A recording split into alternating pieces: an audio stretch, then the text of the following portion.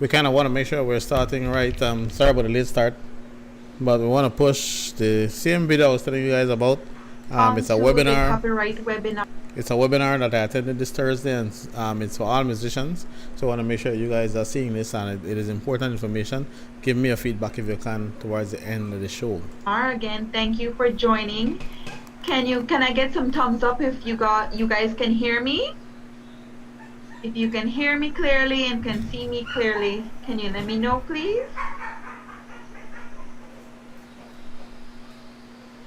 Hi, Nick, Claire. Okay, thank you, Di. Alrighty. We'll just go ahead and start, and then if anybody else joins in, that's awesome.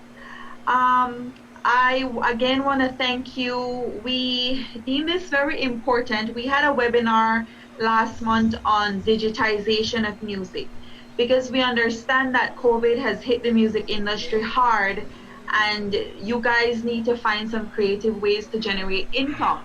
However, on these platforms, you need to ensure that you're well protected for your music and your work not to be stolen.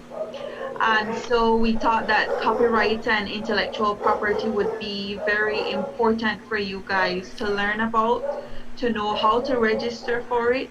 And so we have with us attorney at law, Mr. Alistair Jenkins. He's representing Magali Marine Young and Co. Limited. And then we have Miss Melissa Zuniga from BSCAP. We are supposed to have music consultant, Mr. Emilio Thomas, joining us. He said he's running a little late, but hopefully he joins us a little later.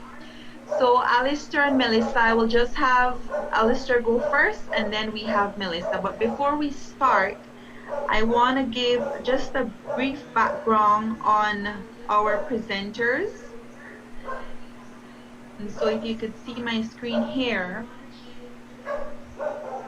Mr. Alistair Jenkins was born in Dangrigas, Tancred, Belize in 2014. He obtained a Bachelor of Laws degree from the University of the West Indies, Cave Hill campus, where he was also awarded Sir Gaston Johnson Memorial Prize for the best performance in criminal law. In 2016, he obtained a legal education certificate from the Norman Manley Law School in Jamaica and was awarded the course directors and the Chief Justice's Prize for the best performance in the law of evidence. Alistair joined the firm Magali Marin Young and Co. in June of 2016 and was called to the bar of Belize in October of 2016. He practices in the areas of administrative law, civil litigation, constitutional law, contract law, commercial law, employment law, family law, personal injury, real property, and tort. Mr. Jenkins has advised clients on copyright law in Belize. So as you can see, he is very well versed, and we are happy to have him joining us today. All right, so let me go back 1 second, please.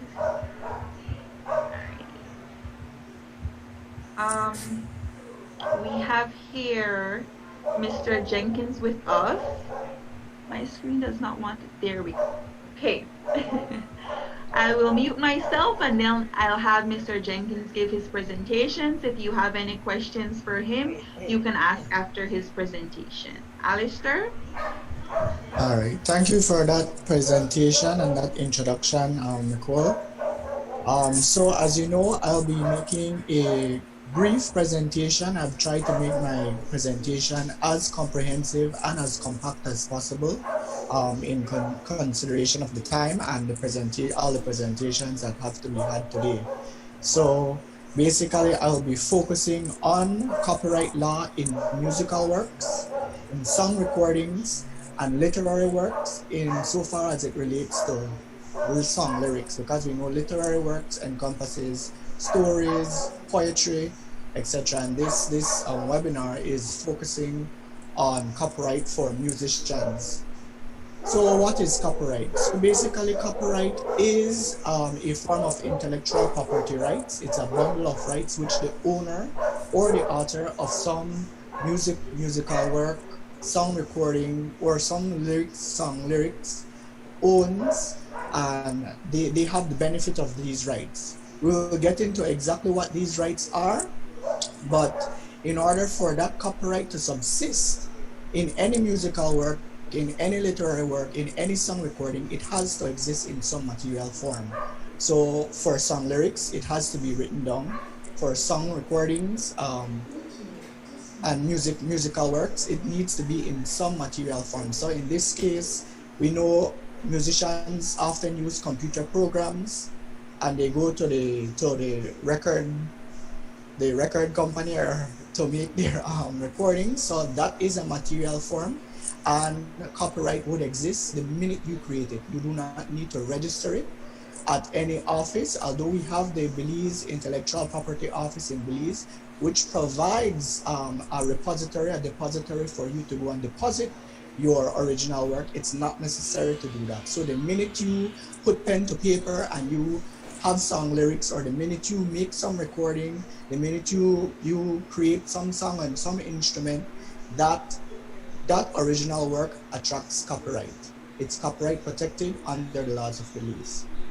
And that copyright protection exists even after you pass away. In fact, it exists 50 years after the end of the calendar year in which you die. So if you die in September of 2021, your copyright will continue 50 years later. And well, of course, the copyright will devolve to your estate at that point. So as I mentioned earlier, the copyright is a bundle of rights. So what exactly are these rights? As the owner of the copyright, you have the exclusive right to make copies of the work, to distribute the work, to issue copies to the public for sale, to have it be live streamed, to have it be broadcasted. You have that exclusive right. You also have the exclusive right to authorize anyone to do any of those actions that I just listed. You also have the right to be identified as the author of the work, where your work is being published commercially or for the public. So if there is a live broadcast of your music, of your song recording, you have a right to be identified as the author of that work. And any sufficient identification will do. So it does not necessarily mean that your entire name needs to be called out and represented when that work is being shown publicly, but any type of identification would suffice. Then we have what you call moral rights. And these moral rights under our Copyright Act attract a statutory duty. So you have a statutory duty in relation to these moral rights. And these moral rights include the right not to have your work be subject to any type of derogatory treatment. And derogatory treatment in this case simply means any type of treatment which would detract from the reputation or the honor of your work or you. So if your work is distorted and there is no sufficient disclaimer that it is distorted and it is also published for the public, then there would be a breach of your right not to have your work be subject to any derogatory treatment.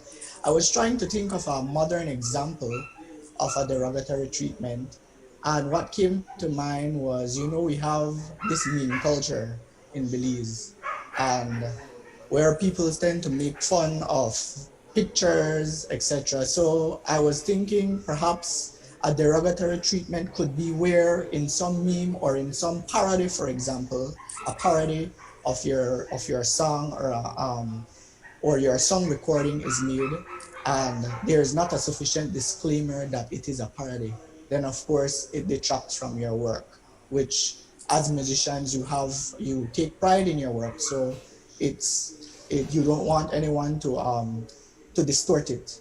You also have the right not to have your work falsely attributed to you. So sometimes people make adaptations of your work, and if it is an adaptation, then it needs to be stated that it's an adaptation. If someone makes that adaptation or distortion of your work and says that it's your original work, then there would be breach of that right. So those are examples of rights. These are the bundle of rights which you have as a copyright owner, where we know as musicians you would perform your work as well. So the Copyright Act also provides protection for your performance itself. So where you are publicly performing your work, you have a right not to have it recorded without your consent. Unless, of course, you're at a concert, you have fans, people take out their phones and they're recording your performance, your live performance, but it's for their personal purpose, then there wouldn't be a breach of your copyright in that instance. But nobody can live stream it on any television program or service without your consent. Also, if your live performance is replayed for public purposes and it's a recording without your permission, then there would be a breach. So you have a right against your your performance being reproduced in that manner without your consent. You also have a right not to have your work played at any public place of entertainment without your consent.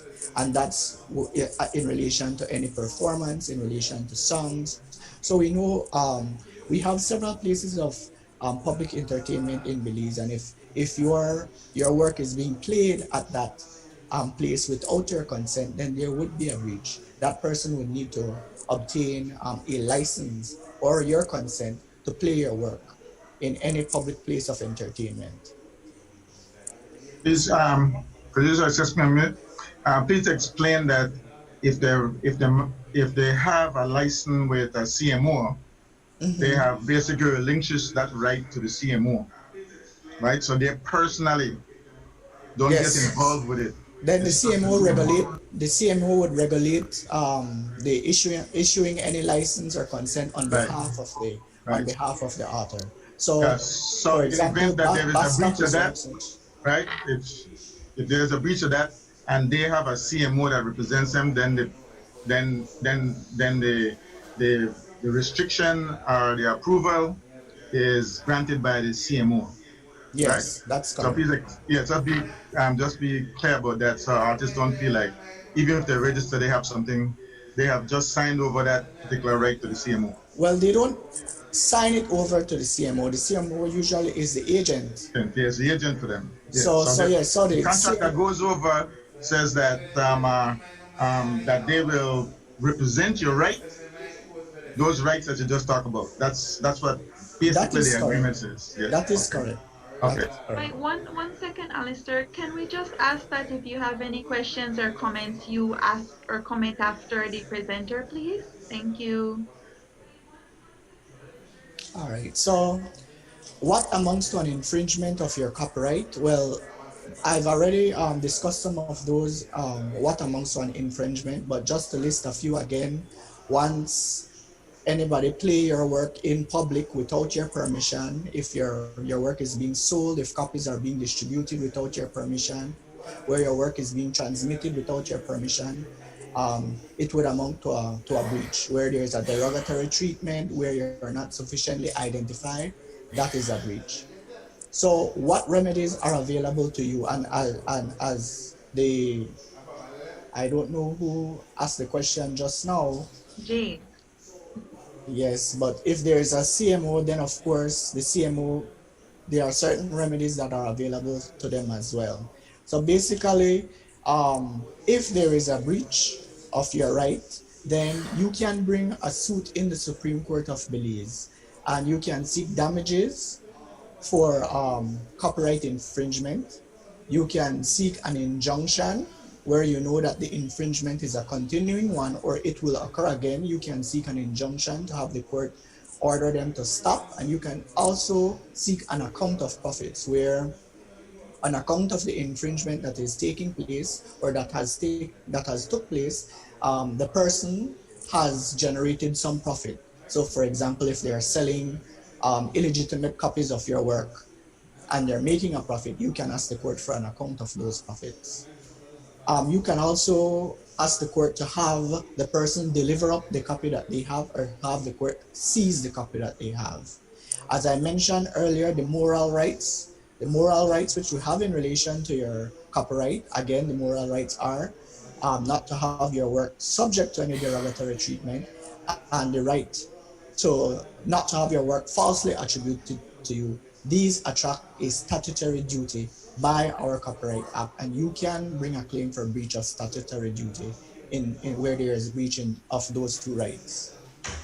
I know the Copyright Act also provides for the establishment of licensing bodies in Belize, and such a licensing body could grant either as the owner if you assign your right exclusively to that body, or as the agent for the owner of the copyright licensing in accordance with any established licensing scheme that they have. So they would have a schedule and they have their fees, and you would have to, you can seek, any person who wishes to play your work can seek a license from that licensing body if that licensing body represents you. And I know one such licensing body is the Belize Society of Composers, Authors, and Publishers. I know they have a licensing scheme, and they also issue licenses on behalf of authors. I don't want to get too much into that because Ms. Zuniga will, I'm going into Ms. Zuniga's presentation, but I'm just saying that the Copyright Act makes provision for the establishment of these licensing bodies in Belize. Alrighty, is that it? Well, yes, I think unless I missed something that somebody would need clarification on. Okay. Is there any question for Mr. Jenkins? Feel free to ask now. You can Sure. unmute yourself. Yes. I'd just like to know what CMA, what that means. Just what it stands for, etc.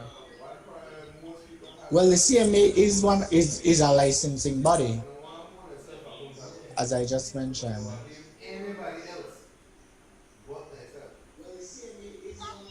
Yes. So yeah, it's a licensing body. What does it like stand Well, for? Like the letters. Sorry. Joseph Guerrero here. I don't know if it really makes a difference, Mr. Jenkins, but it's actually we use CMO at BSCAP, collective management organization rather than an association. We use organization, so we use CMO. Okay, just wanted to make that fine point. Thank you. All right.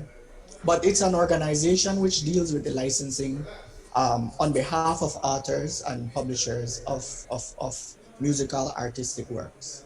So I there's think, Mr. Guerrero, I think you wanted to know what the abbreviation is for. So if I'm right, I think it's Collective Management Organization. Correct. Okay. Yes, it was more along that lines. Yeah, collective management organization. All right, thank you.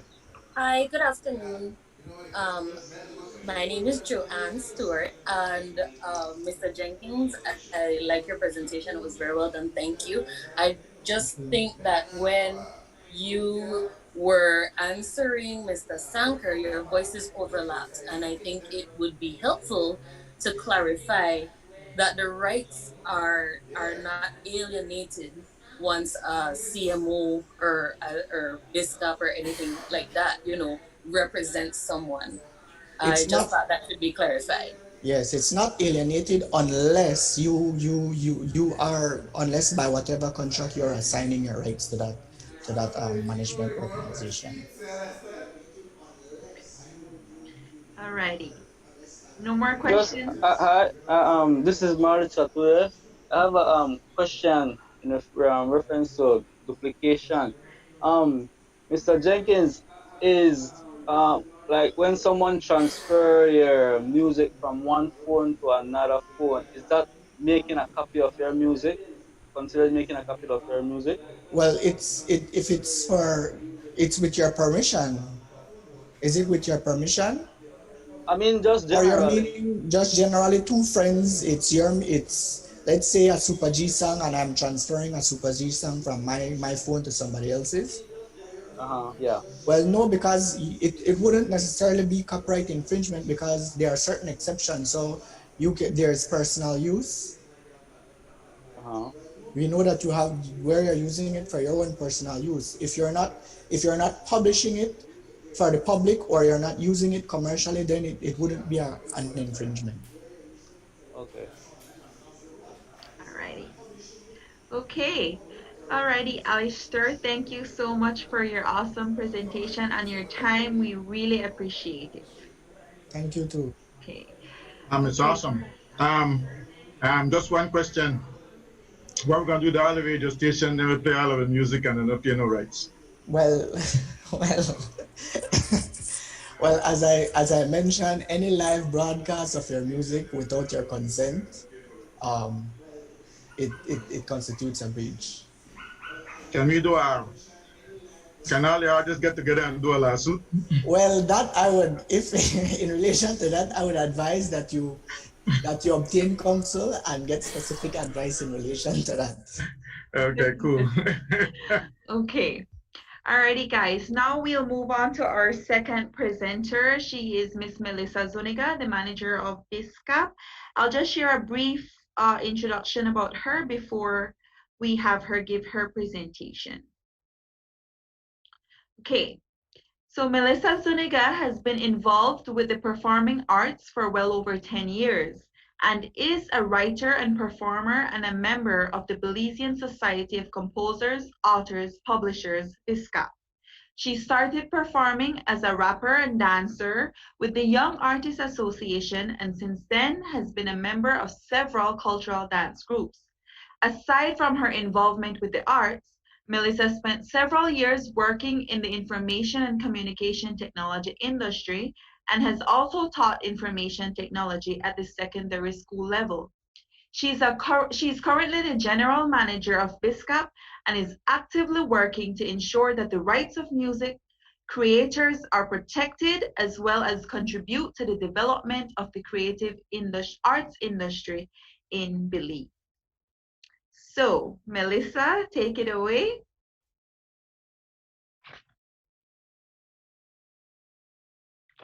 Melissa, are you there?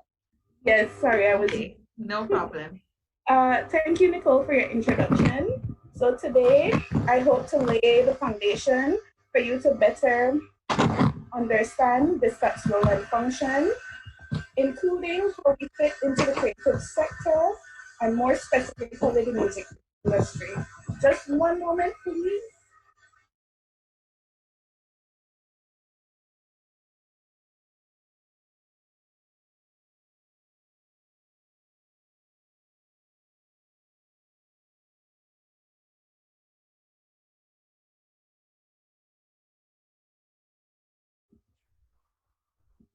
Okay, so I will be sharing my screen. I prepared a PowerPoint presentation.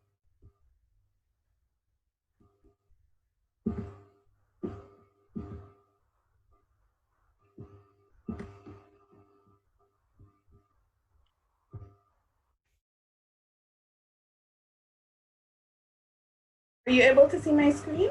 Yes.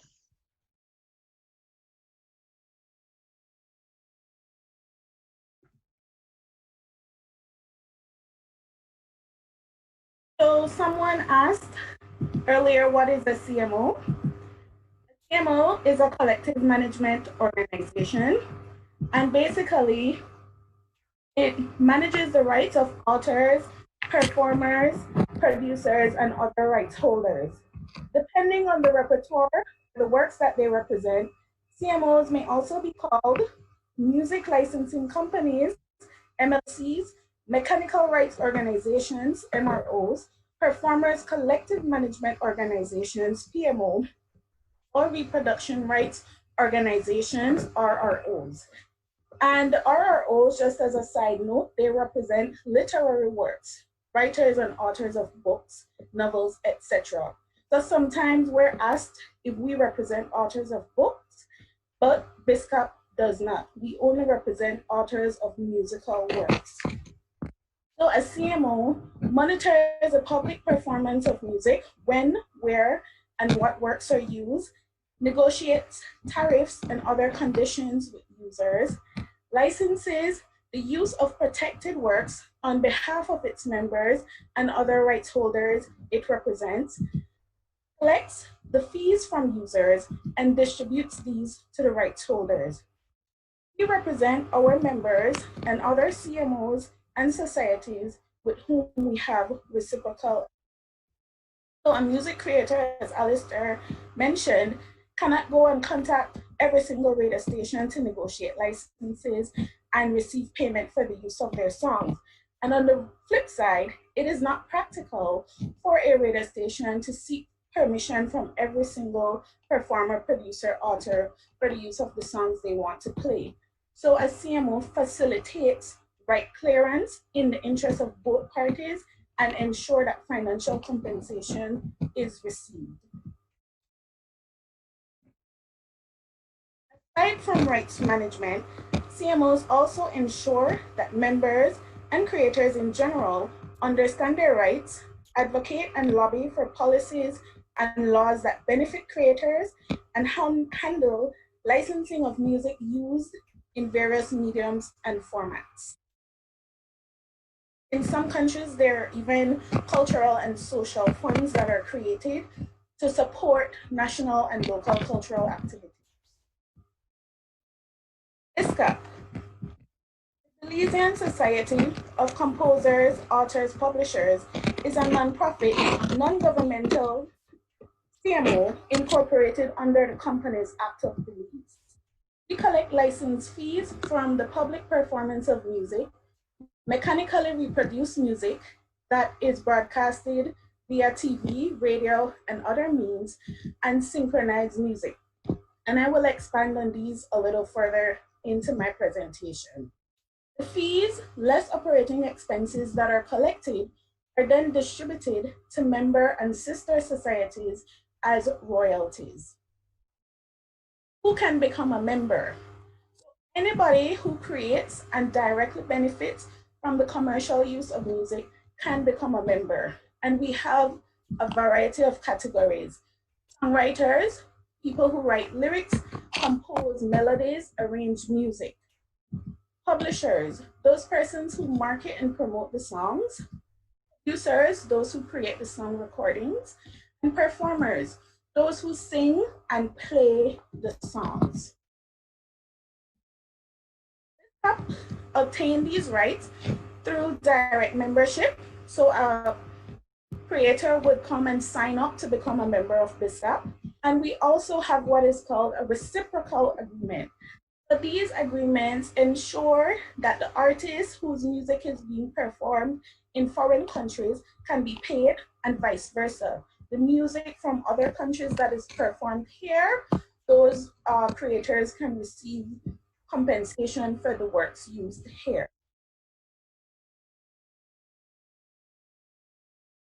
Why do you need permission?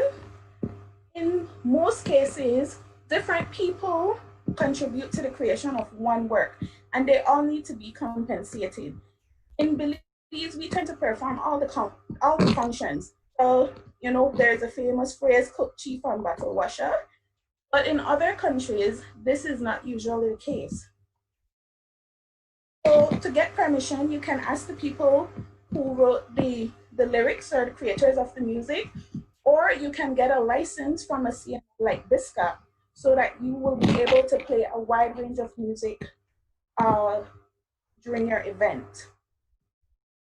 I have just 3 examples here.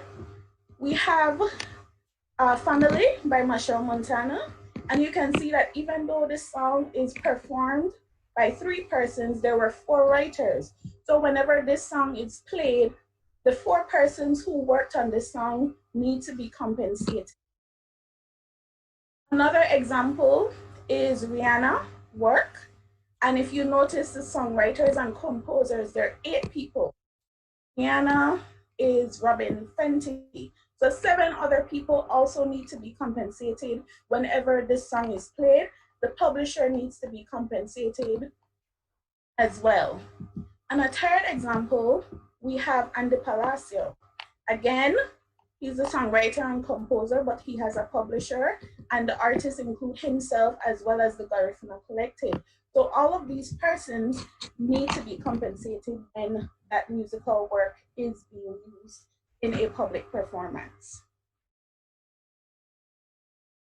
How does BSCAP fit into the creative sphere?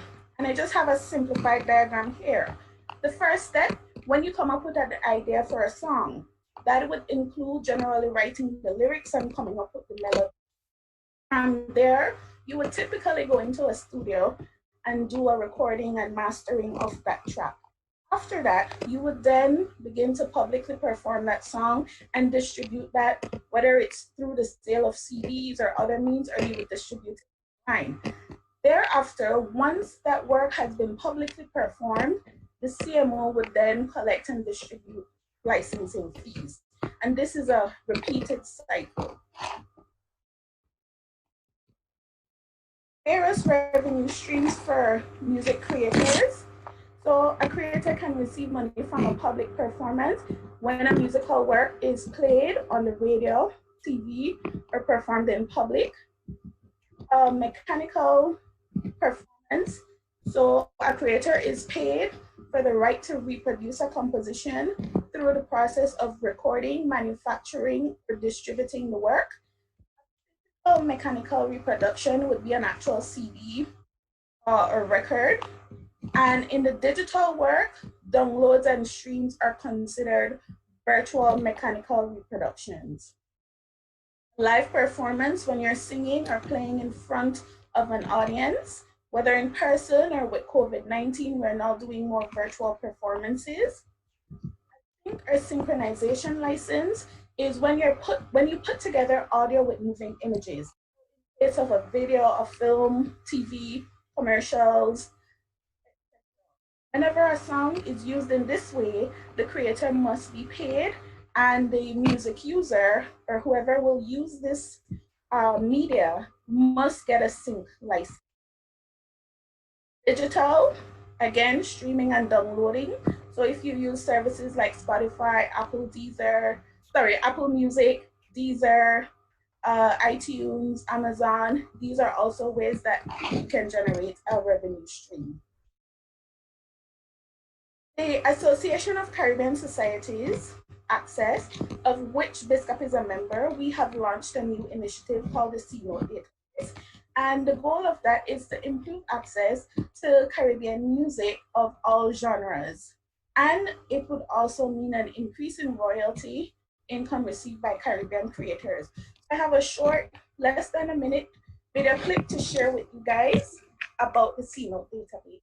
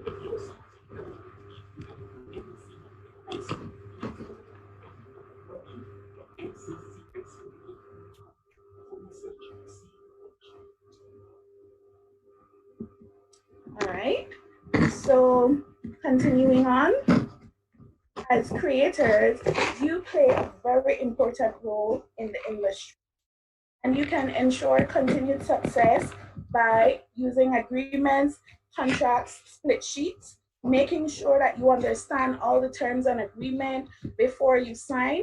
These agreements can be informal. You can just, simply write it up, and then everyone can sign. Joining a CMO. If you do not belong to a CMO at this time, you can reach out to me and I will be able to send you forms and other relevant information. Advocating for laws and policies that ensure success for the music industry. We all need to work together as an industry to ensure that we get the changes that we want and for everyone. one of the first things that we can begin to do is to ensure that more Belizean music is played, promoted, and purchased in country. That way, monies collected can remain here and be used to strengthen the industry. And participation in trainings, webinars, asking questions, the more you know, the better it is for you. BSCAP's regional and international affiliation. We are a member of ACCESS, the Association of Caribbean Copyright Societies. We are also a member of CSAP, which is the International Confederation of Societies of Authors and Composers. And CSAP represents 232 CMOs in 120 countries with over 4 million creators.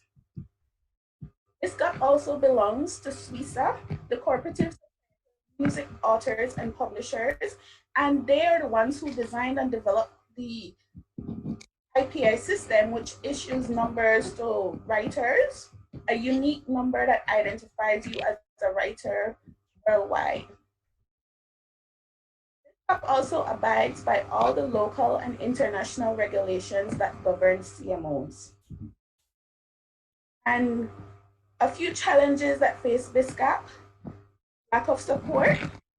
As I mentioned previously, we all need to work together to make sure that the creative industry continues to develop and that we set and maintain high standards. Belizeans are still not used to the idea of paying for intellectual property. So we need to continue to do our part to ensure that this becomes a norm.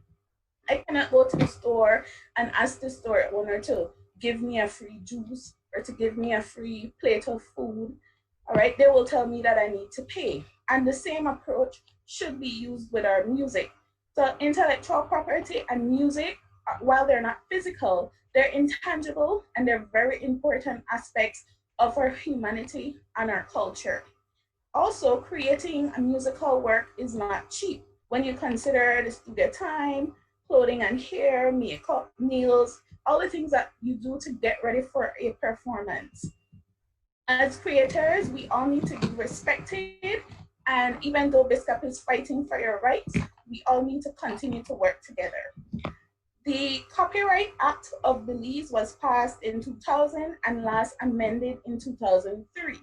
So since then, there have been a lot of new development within the sector, and the existing laws do not include these new developments. So like, for example, the digital environment has drastically changed since then, and in our current Copyright Act, there is no legislation that covers that. Worldview. So we're now evolving, and with the COVID pandemic that has hit us all by surprise, we've all had to drastically change the way that we do entertainment, events, promote ourselves as creators. More artists are accessing the digital markets, and they can also earn income from these foreign markets.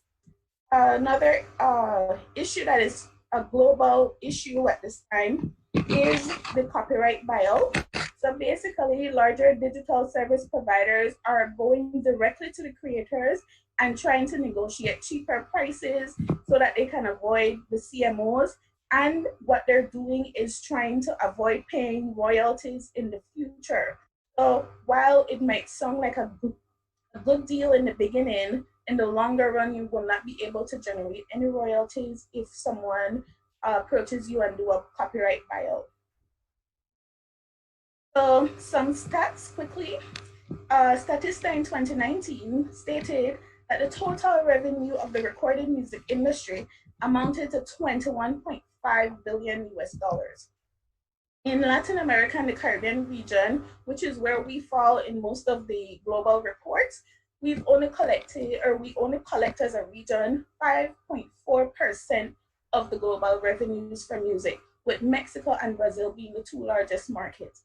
So there is a lot of potential and a lot of revenue that we would be able to access.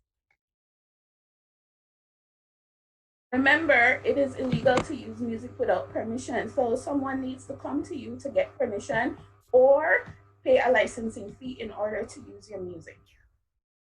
I want to close with the following quote by Robin Gross. The copyright bargain, a balance between protection for the artist and rights for the consumers.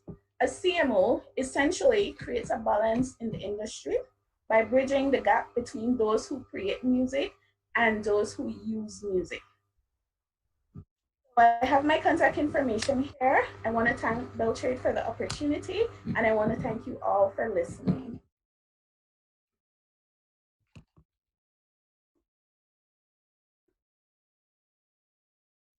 Awesome. Thank you, Melissa. Welcome. Can we? Yes, okay. Alrighty, guys. Is there any question for Melissa? Yes, I have a question. So this is Marley once again. Melissa, a split sheet determine, and what does a split sheet actually determine? Is it for ownership or for royalty split? It is for both. It determines who all the creators of that work are and the percentage that each person will receive. Okay. All right. Okay, no problem. Okay. Alrighty. So, any quick question. Sure, go ahead. Hi, good evening again. Marcel here. I all this information is new to me, right? Which is kind of why I tuned in. Once I'm getting all of this CMO and other stuff, thrown at me now. But I guess the question is, how has BSCAP performance been in Belize, and are there other CMOs that are not mentioning, especially while I'm all the way down south, right? And then she shared her contact information, so definitely we want to start to start the conversation with the artists and have them know that all this is available, because I'm sure there are a lot of young artists who don't know, right, and would like representation. Thank you. At this time, BSCAP is the only CMO in Belize.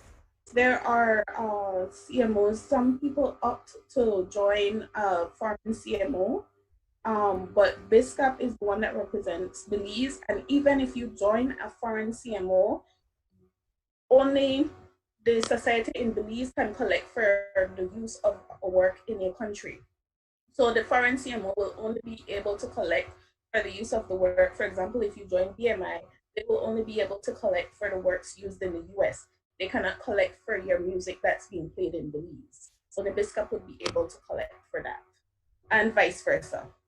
We will not be able to collect for your music being used in the US or in the Caribbean or anywhere else. The CMOs in those countries would be able to collect. Okay. Alrighty, for the interest of time, we will move on to our other presenter, the last presenter today. Like Melissa, shared her contact information, so I hope you got that. If not, I will be emailing you guys a recording of this presentation. You are free to ask them questions after. Our third presenter is Mr. Emilio Thomas. He is a music consultant. So Emilio Thomas is a global music provider. Sorry, one second. He is the owner and producer of Satoye Records, a Belizean independent record label company that focuses on indigenous and fusion music. Emilio Thomas acts as a consultant to artists, producers, and other labels in order to help establish and or build their businesses. So we will have Mr. Thomas speak on copyright registration and music licensing. Emilio? Are you here? Okay, I think he was, okay, there we go. Hi. Yeah. Hello, everybody. Good evening. I'm not going to do any further introduction or explanations of anything outside of what I'm here to do, as we already did that. I was paying attention because I came in about 15 minutes after the webinar has started, and I've noticed that many of the things I wanted to present on were already done. So I'm just going to do like an overview. Can you see that? Let me know, please. Yes, we can. Perfect. Okay, so the copyright law of music business, that is my certification from Berkeley University when it comes to the music industry. And this webinar in specific is based on that. My normal thing is if music gets played, somebody gets paid, get paid, not played. Because a lot of people, they have music and they let others take advantage of them not recognizing their rights. So this webinar is based on rights. And if you don't know your rights, then the police will take advantage of you if they see it fit, especially those who are bullies. Now, copyright assets in the music industry are original work of a creator. So if you're not a creator, you're not likely to be an artist. You have to have some kind of creative skill. And you have the two sides of a song. When you have a song, firstly, you can either do one or the other, because we already know that the copyright has to do with something that is placed in a tangible form where another human being can read or understand. So we have the written composition, which entails the written lyric and the melody. Some people are not so certain about this, but when it comes to the lyric and melody, sometimes like members of BMI think that the music means the beat in a recording, but remember, a song can exist without recording it. So we have to understand that the lyrics mean somebody can be a lyricist and don't know how to put melody to the lyrics. So the melody that we refer to in a song has to do with the musical notes in a specific song composition.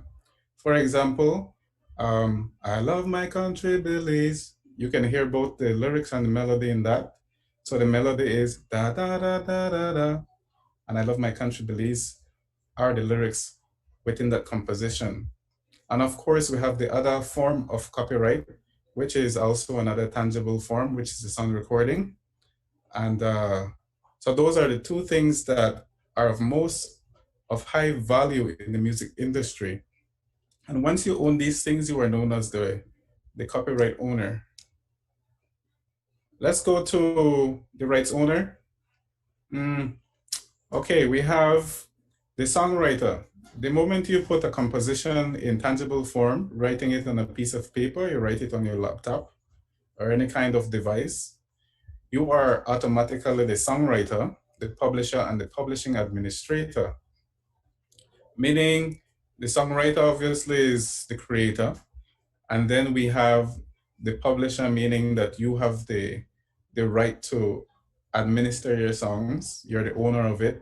You deal with the business. You have every right to do that. And as well as the publishing administrator. Publishing administrator would be the entity that is going to administer the song in registering them to societies or DSPs or whosoever uses music in public. Then you have the sound recording, is owned by the executive producer. The executive producer, like I would normally say, is the artist or band. And remember that a band is a single artist as well. A group or an individual is an artist. And we also have the producer, who is the first copyright owner of a recording when done in a studio. And of course, the label.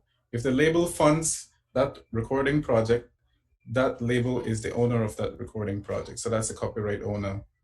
And remember that all of these things are different, and that's why I lined them out.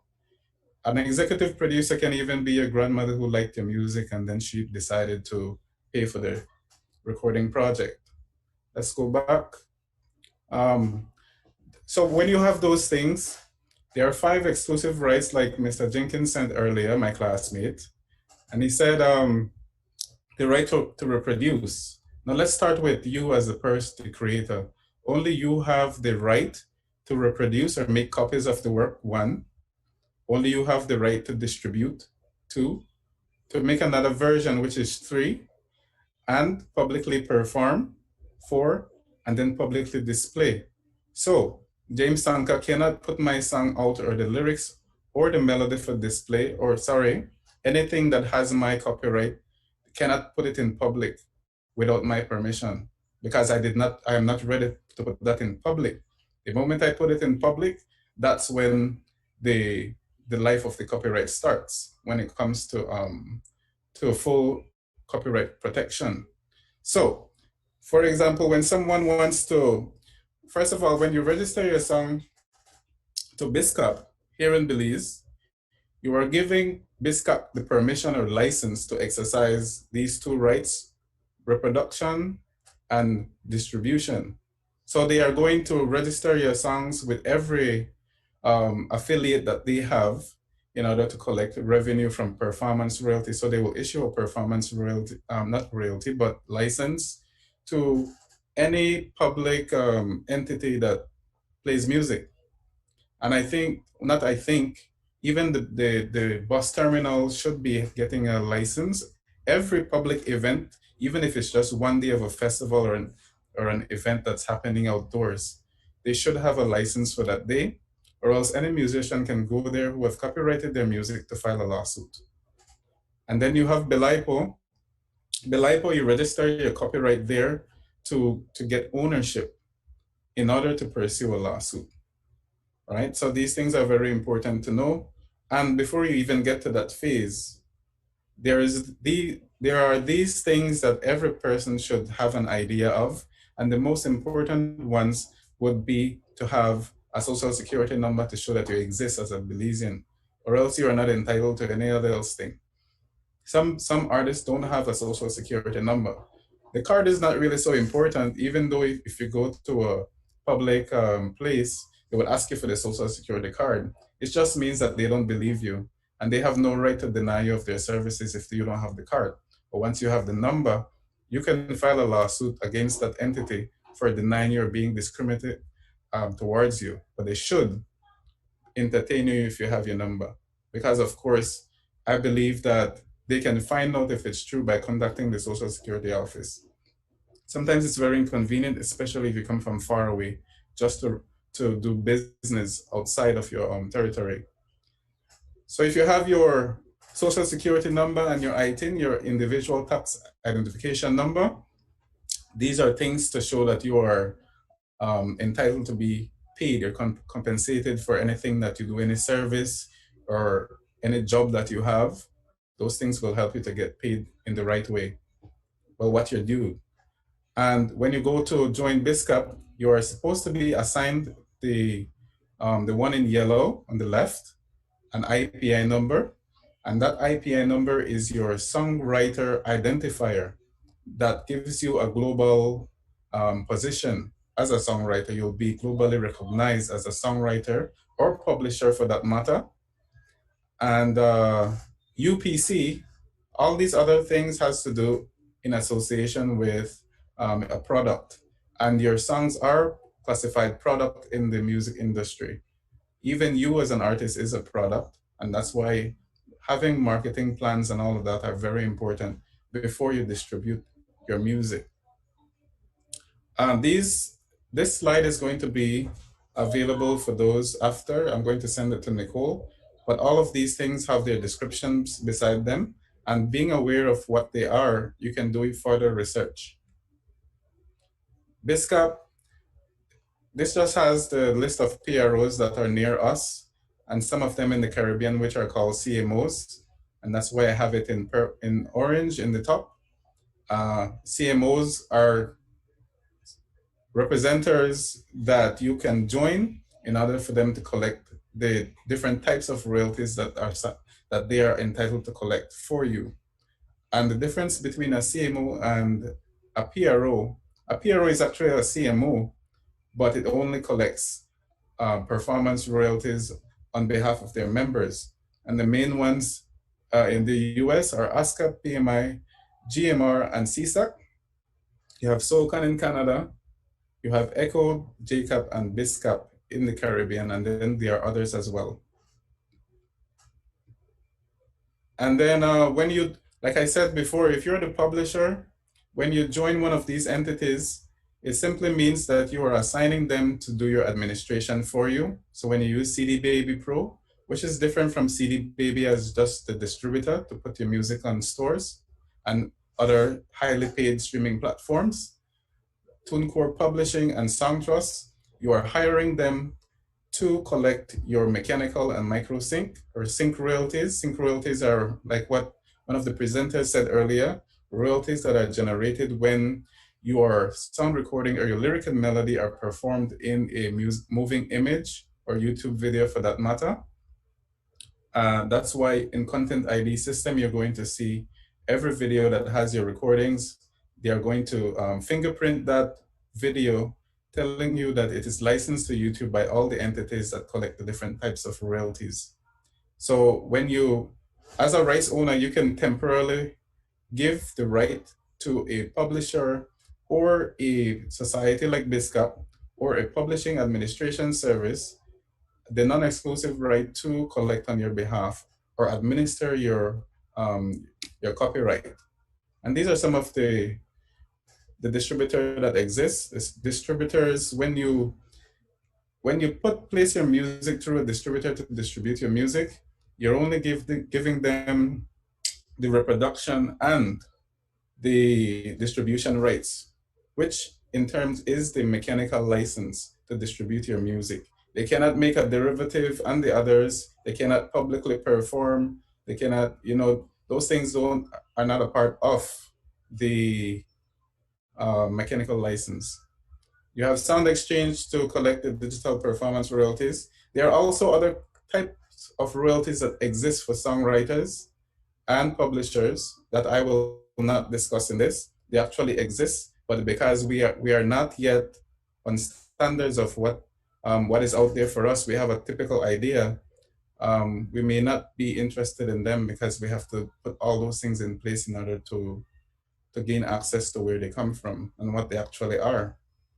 And these are some of the DSPs, digital service providers, that your music will be played. All of them have a different rate of paying you or your representatives based on industry shares and also based on how they function as a DSP. Yeah, and these other stuff are just additional things that I don't want to discuss, maybe in another webinar.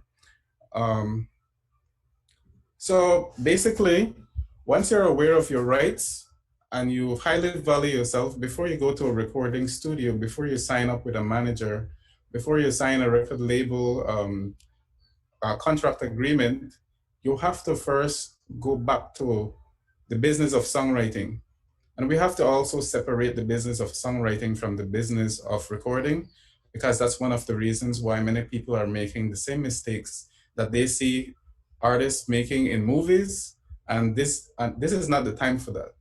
You don't need many of the things that were before, even though getting a record deal is a very good thing for you. But we live in a time whereby we can become our own label, our own publishers, because in reality we are the ones who make the publishers. So once you're a creator, it is very important to educate yourself about the basics and the basis of copyright. So I don't know if you have any questions, but that's the end of my presentation for now. I normally give webinars to rights owners or Belizean artists, as well as I do for other countries. So just keep in tune with what is happening on my page, I hope you guys Thomas, on Facebook, found that and if you know any useful. And again, it's one of those webinar that I attended this week, and I know that they're pushing a lot more webinar like that over the course this COVID time, simply because it is useful. The musicians, this is some of the legal issues. They look at some of the ways that you can get your music out to the public. So some of the things to think about. I know for us right now, we just want to get our music out to everybody, right? But like always, guys, I hope that was informative enough for you and that you enjoyed it, that you like it, right? Let me know, leave some comments. Let me know if it's something that, if I could get on our next guest, we'll do it. So just like that, we will start. COVID had a spark. Yeah, man, I tell you. Like always, guys, be safe.